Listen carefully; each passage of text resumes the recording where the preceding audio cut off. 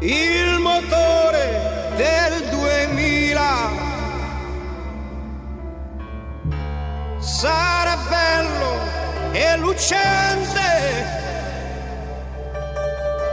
sarà veloce e silenzioso, sarà un motore delicato,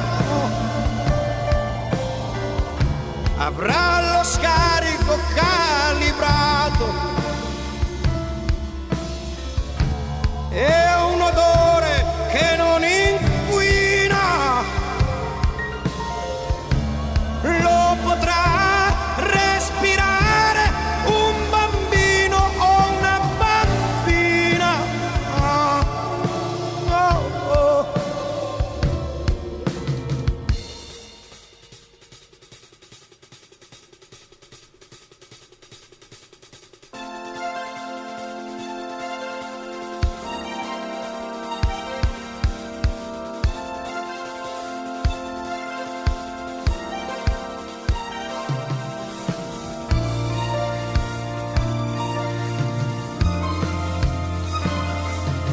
Ma seguendo le nostre cognizioni, nessuno ancora sa dire come sarà, cosa farà nella realtà il ragazzo del 2000.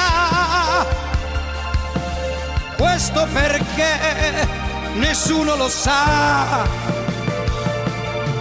L'ipotesi è suggestiva ed anche urgente, ma seguendo questa prospettiva oggi ne sappiamo poco o niente.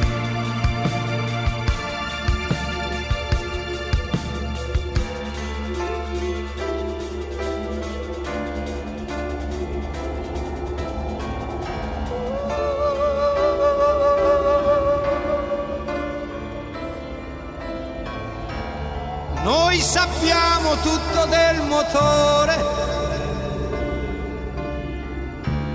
questo lucente motore del futuro, ma non riusciamo